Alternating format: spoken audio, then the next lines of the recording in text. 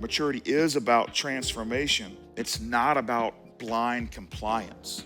It's not about just do this, do this, do this. The idea of us maturing in our faith is about that we've actually changed who we are. Christ has actually been formed in us. He continues. Chapter 4, verse 10. You are observing special days and months and seasons and years. Now, this is different, right? So he's talking about the gods that they worshiped, that they were enslaved by, that they would kind of devote themselves to, and they would kind of chase after, and all their success would hinge on whether or not they pleased that lowercase g God. And he says, hey, we've had that conversation, but then he immediately shifts gears in verse 10 and says, hey, you are observing special days and months and seasons and years. So what had happened is they didn't actually go back to worshiping the lowercase Greek gods. That is not what had taken place. He's reminding them that's where they came from. But immediately he says, what you've actually done is you've started following the Jewish calendar. The special days, the months, the seasons, the years, all of that, Sabbath days, festivals, new moons, thinking that that's how they earn credit or favor with Yahweh, with Jehovah, with capital G God. That's what's happened. So you just traded out one version of pleasing a God for another version of pleasing a different God. They traded pagan rituals for religious legalism. But their heart posture was identical for both. If I do enough, I can please God. Legalism looks different than their idolatry, but it chained them the same way. Religious legalism is this: trying to earn God's approval through behavior instead of believing you already have it through Jesus. That's big. He's saying, look, it just makes sense. If our entire life we've had to do X, Y, and Z to please whatever God it is we're trying to please, now that we've converted to Christianity, we get, okay, Jesus died on the cross. He resurrected from the dead for us so that we can have a relationship with God. But that doesn't mean that God's happy with us. And so now we've still got to do X, Y, and Z, maybe not for the little g same kind of X, Y, and Z. This is a different X, Y, and Z, but we still have things we've got to do because we haven't earned anything with God. Why would he be happy or pleased with us? All we did was decide we wanted to believe in Jesus. He continues, have I now become your enemy by telling you the truth? Man, I want to pause there for a second. Isn't that something that's happening right now in our culture? Like if someone were to dare just to share the truth, like you say, hey, here's the deal. It doesn't matter what you believe or what I believe or honestly anything else. If there's a truth and I share it with you and it's offensive, then now we have to separate. And Paul's perspective, he's thinking, you know what? No, I'm going to share the truth with you. I don't want to endanger our relationship because I think our relationship is strong enough for us to share things that are difficult. What we want to read in this passage is, okay, let's just go guns blazing. Let's just share the truth everywhere with everybody all the time. Paul's approach, he's so furious at the beginning of his letter. And he's got this nice little adoption, feel-good sandwich right in the middle. And he's about to get wild here in a second. And there's never a point in his mind when he's like, you know what? This is probably the last time they're going to talk to me. This is it. Like, I'm going to share the truth with them. I'm going to give it to them straight. I'm going to just call them out. There was no expectation that the relationship would be over. It's like, no, why would people do that? Like, people can engage in differing ideas. People can engage in different thoughts. People can have actual conflict and not say, hey, I'm done. Have I now become your enemy by telling you the truth? Those people are zealous to win you over, but for no good. What they want is to alienate you from us so that you may have zeal for them. If you've been with us this entire time, we've talked about this word zeal so many times over the last 11 weeks. It's a big deal for the Jewish people. We see it throughout their entire formation of their identity. And so Paul's saying, look, the people that have come in and they're agitating you, they're confusing you, they have a different agenda. They want to use that zeal that God's put in you for their own purposes. Don't let them distract. Don't let them take you off course. Don't let them do what they're doing to you. Paul recognizes that result that happens in our culture today. He says, did you catch it right there at the end of 17?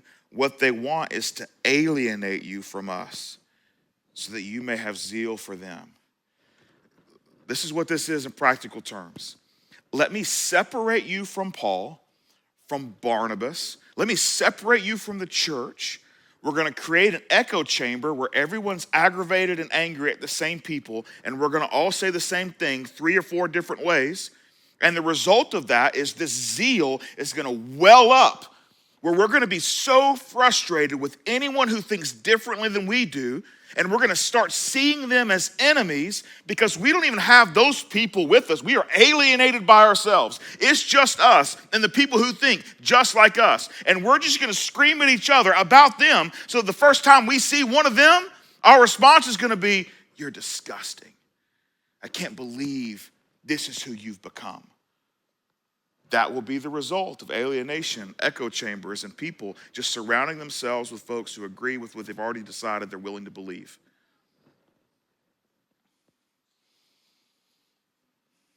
In verse 19, my dear children, for whom I am again in the pains of childbirth until Christ is formed in you. Now I get Paul's taking a risk. He's like, I'm in the pains of childbirth. I get, ladies, you're probably thinking, Paul ain't never had a kid. He don't know what he's talking about. Let's just give him some grace here, okay? Give him some grace. He says, hey, my children. He's saying, hey, look, I get it. Like when it came to your spiritual, like infantism, I don't know if that's a word, like having nothing spiritually and growing into who you are. He's like, man, you feel like my spiritual kids. And I remember the pains when I first started the church. I remember the pains of your conversion, of you going from non-believer to follower of Jesus. I remember the pains that we went through. And that those childbirth pains, it's worth it though. But I remember just how difficult it was. And he says, now I'm in it again. I've already given birth to you, but now I'm having to do it again. He says, until Christ is formed in you. He's like, look, this pain is not going to go anywhere until Christ is formed in you. Now that's big. Think about that phrase, Christ formed in you. What does that look like for you? Like make it personal real quick. Make that idea, Christ formed in you, make it personal. What does it look like for Christ to be formed in you? Like in your own personal world. I can't get specific with a few hundred people into your individual lives, so you have to do a little mental exercise with me. What does it look like? Let me ask maybe a different question. Where is Christ not formed in you? Like in what areas of your life is Christ not even remotely have any resemblance in your life? Christ formed in you. Paul's saying, look, I'm feeling the pains of childbirth again because Christ is not formed in you. You're too wishy-washy. You've been influenced too easily.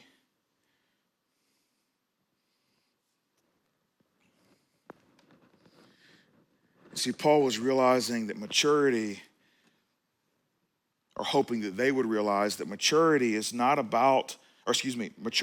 about transformation. It's not about blind compliance. It's not about just do this, do this, do this. It's about, hey, the idea of us maturing in our faith is about that we've actually changed who we are. Christ has actually been formed in us. Now, you might think, okay, we're splitting hairs here. We're really not, and he's about to prove it. We're really not splitting hairs. The reason you do something matters. What you do doesn't matter as much as the reason you do it. And so if you look at the spiritual formation of someone, let's just say, that reads their Bible every day, maybe in the morning and in the evening, and that prays all the time, and that gives to the church regularly. But the heart behind why they do those things is, I got to make God pleased with me. And the only way he's going to be pleased with me, if I read his word, if I give to the church, if I constantly pray to him, that's how God's pleased with me. And if that's the heart behind it, Paul would say, no, that's just legalism. That's what's happening. You're just checking boxes again, hoping to win God's approval. And on the other side, transformation, though, does lead you, when Christ is formed in you and every part of you, reading the Bible is a normal thing. Prayer is a normal thing. Giving to the church is a normal thing. But it's out of who you are, not out of who you're trying to be. And there's a huge difference. I would tell you, hey, if you give to our church because you want God to be happy with you, you should stop giving. If that's your motivation, you're losing. You're losing already. And I'm not trying to manipulate you and say, oh, but if I don't give, then he's gonna. I'm not saying that at all. I'm saying, where is Christ formed in you? And if every single time you think about, hey, gosh, I got to do this, then that's the place. It's okay to realize it and to admit it. It's okay to say, you know what? I'm really resentful because I feel like the church just wants me to give something. That's where we need to work. Not so that you'll give, but so that resent isn't a part of your relationship with what God's doing in the community. That's where we need to work. There might be questions you need answered. There might be some debt management that's causing you enormous amounts of stress and you can't figure out how to do everything. That's the red flag that says, hey, I need you to spend time here. I need you to spend some thoughts here. Stop going through the motions here. Let's figure this out here. Whatever it might be. Same thing with reading your Bible and praying. When it's done out of obligation to make God happy, it's honestly for nothing.